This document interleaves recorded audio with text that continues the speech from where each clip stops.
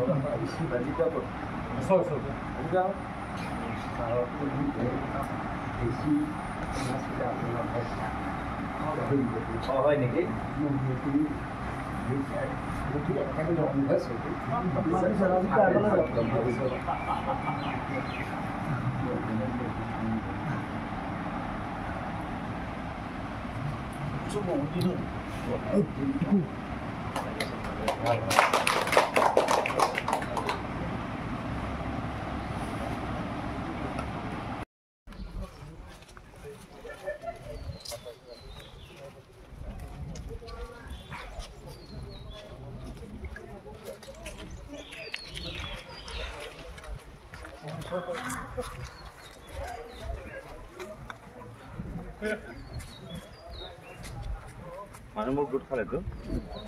খালি এজেণ্টবোৰ মাতিছে নে এজেণ্টৰ বাহিৰ এজেণ্ট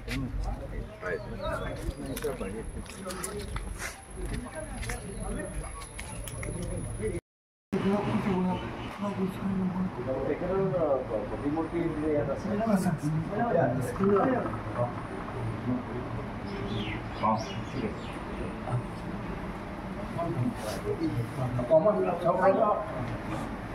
সকল যাব নালাগে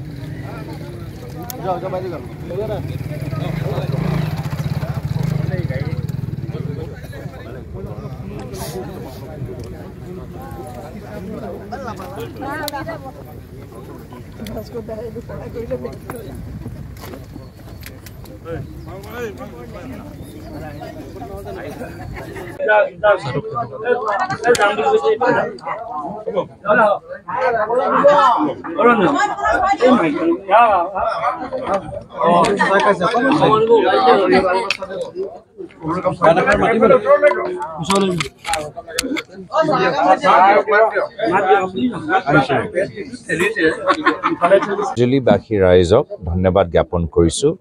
যোৱা লোকসভা নিৰ্বাচনত যথেষ্ট ইয়াত ৰাইজে নিজৰ ভোট মূল্যৱান ভোট প্ৰদান কৰিলে, আগবঢ়ালে আৰু সকলোৱে দেখি পাইছে যে সমগ্ৰ ভাৰতবৰ্ষৰ এইবাৰ লোকসভা নিৰ্বাচনত ভোট প্ৰদানটো অলপ সংখ্যাটো কমি গৈছে। তাতে আমাৰ মাজুলীৰ ৰাইজে যে ওলাই আহি ভোট প্ৰদান কৰিছে এইটো মাজুলী অঞ্চলৰ ৰাইজৰ ৰাজনৈতিক তেওঁলোকে ইমান যে সচেতন আৰু ইমান যে সতৰ্ক এইখিনিয়ে কথা প্ৰমাণ হৈছে তো সেইকাৰণে মই মাজুলীবাসী ৰাইজক ধন্যবাদ জ্ঞাপন কৰিছোঁ কৃতজ্ঞতা জ্ঞাপন কৰিছোঁ আৰু অহা 4 তাৰিখে তেওঁলোকৰ এটা আনন্দৰ দিন হ'ব সকলোৰে জয় জয় ময় হ'ব ইয়াৰ ইংগিত আমি ইতিমধ্যে পাইছোঁ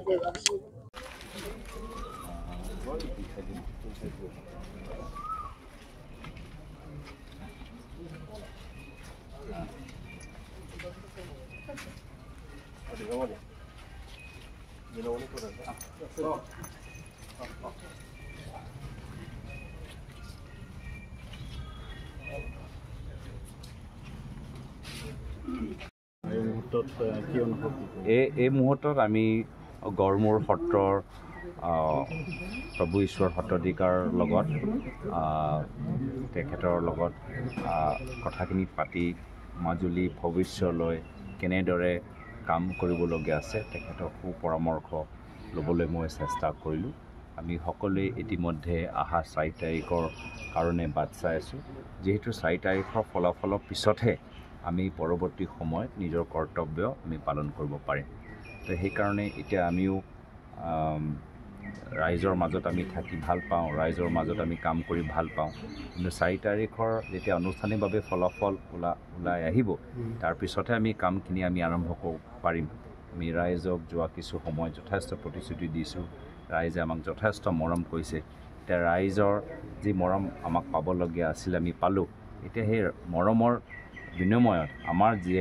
দায়বদ্ধতা আছে কৰ্তব্য আছে সেই কৰ্তব্যটো পালন কৰিবলৈ আমি সুযোগ বিচাৰি আছোঁ সেইকাৰণে 4 তাৰিখ কেতিয়া আহিব গোটেই আমি মই ভাবোঁ মই এই ক্ষেত্ৰত মই অকলে নহয় আমাৰ বিশেষকৈ যোৰহাট লোকসভা সমষ্টিৰ ৰাইজে বাট চাই আছে কি আশা কৰিছে 4 মে' দিনাখন গোটেই সমগ্ৰ ভাৰততে আমি সেইটোৱে আশা কৰিছোঁ যে ৰাইজে যিদৰে মৰম আগবঢ়াইছে এই মৰমটো আমি ভোটৰ জৰিয়তে আমি তাৰ এটা ইংগিত পাম আৰু তাৰপিছত আমি নিজৰ কাম যি কৰ্তব্য ৰাইজে যি আশা কৰি আমাক মৰম দিছে মৰমটো এনে দিয়া নাই কিবা এটা আশা কৰি যে মৰম দিছে এই মৰমৰ প্ৰতি যে আমাৰ দায়বদ্ধতা আছে এই দায়বদ্ধতাটো আমি গ্ৰহণ কৰি স্বীকাৰ কৰি আমি নিজৰ কামখিনি কৰি যাবলৈ আগবাঢ়ি যাম অসমত কিমানখন আসন আশা কৰিছে যথেষ্ট আমাৰ ভাল হৈছে চাৰিওফালে ৰাইজৰ আশীৰ্বাদ আমি পাইছোঁ আৰু এতিয়া মই ভাবিছোঁ যি এটা পৰিৱেশ আমি যি দেখা পাম অহা 4 তাৰিখে এই পৰিৱেশটো আমাৰ অহা ভৱিষ্যত নিৰ্বাচনৰ কাৰণে আমাক যথেষ্ট প্ৰেৰণা দিব আৰু সেই শক্তি মানুহৰ আশীৰ্বাদৰ শক্তি পাই আমি ভৱিষ্যৰ আমাৰ নিৰ্বাচন আৰু ভৱিষ্যৰ আমাৰ যিখিনি কাম সামাজিক কামবোৰ কৰিবলগীয়া আছে আমি সেইখিনি কৰিবলৈ এটা বিশেষ এটা আশীৰ্বাদ 4 তাৰিখে পাম এটা শব্দত কওক দাদা কিমানখন আসন মানে আশা কৰিছে প্ৰশ্ন আপুনি যেনেকৈ সুধিবলৈ বিচাৰে তাত মই বাধা দিব নোৱাৰোঁ কিন্তু উত্তৰ মই যেনেকৈ দিবলৈ বিচাৰে তাত আপুনি বাধা দিব নোৱাৰে আৰু এটা কথা দিল্লীৰ যি মানে কেণ্ডিডেট কংগ্ৰেছ প্ৰাৰ্থী কানাই কুমাৰক মানে আক্ৰমণ কৰিছে নিৰ্বাচন প্ৰচাৰ সেইটো যথেষ্ট দুৰ্ভাগ্যজনক কথা যিজনে কৰিছে তেওঁ বৰ্তমানৰ বিজেপি দলৰ যিজন সাংসদ আছে সেই সমষ্টি তেখেতৰ যথেষ্ট ঘনিষ্ঠ তেখেতৰ লগত তেওঁ যথেষ্ট ফটো তুলিছে যথেষ্ট বিজেপি দলৰ সভাত তেওঁ উপস্থিত হয় আমি তেখেতৰ সেই ধৰণৰ ছবিবোৰ দেখা পাইছোঁ আৰু সেইটোৱে এটা অভদ্ৰ ব্যৱহাৰ আজি বিজেপি দলে চাৰিওফালে প্ৰকাশ কৰিছে আৰু এনেধৰণৰ অভদ্ৰ ব্যৱহাৰ আমি অসমৰ ভিতৰতো দেখা পাইছোঁ যাৰ ফলত আজি বহুত পুৰণা বিজেপিসকলে আজি নিজৰ দলটোকহে চিনি পোৱা নাই যিহেতু তেওঁলোকৰ ৰাজনৈতিক এটা আদৰ্শ লৈ তেওঁলোকে ইমান বছৰ বিজেপি কৰি গ'ল কিন্তু কিবা কাৰণত বিজেপি দলটো নিজৰ দুৱাৰ ইমান মুকলি কৰি দিলে যে কোন প্ৰৱেশ কৰিছে কোনে প্ৰৱেশ কৰা নাই তাৰ ওপৰত কোনো মন দিয়া নাই আৰু যাৰ ফলত বহুত মানে এনেধৰণৰ ব্যক্তি সোমাই গৈছে যিসকলৰ যদি অতীত দেখা পায় তেওঁলোকে তেতিয়া নিশ্চয় দেখা পাব যে তেওঁলোকে আগতে যিখন দলত আছে সেই দলখনকে তেওঁলোকে ডুবাবলৈ চেষ্টা কৰিছিল আৰু সেইখিনিকে মানুহ আজি এই নতুন ঘৰত সোমাই সেই বিজেপি দলে তেওঁলোকক নেতৃত্ব প্ৰদান কৰিছে আৰু একে যি তেওঁলোকৰ কাম আগৰ দলত হৈছিল এতিয়া নতুন দলতে সেই একে তেওঁলোকৰ কামৰ প্ৰভাৱ আমি দেখা পাইছোঁ থেংক ইউ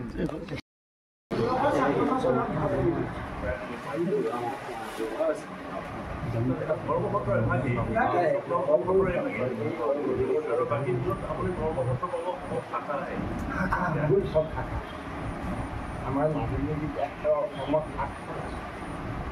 উত্তৰ গুৱাহাটীত আছে মধ্যম খণ্ডত জলমুদ্দিন আউমুদ্দিন নাটক তাৰপিছত টাটা নগাঁৱত যোৰহাটৰ কলাই দৈনিকৰ ওচৰত আৰু নেহেৰুবাই নাই পথৰ কিনাৰত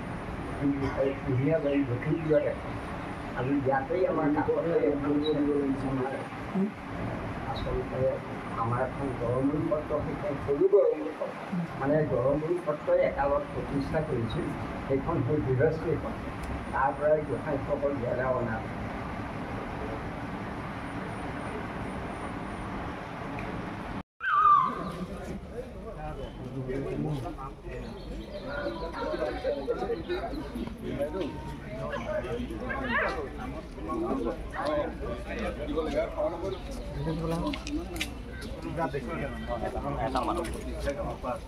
ইয়াতে দোকান দি থকা ইয়াৰ এইটোৱে অফলামুখ বুলি কয় গাঁও এখন আছিলে ইয়াতে অফলাৰ গাঁও এই গাঁৱৰ মানে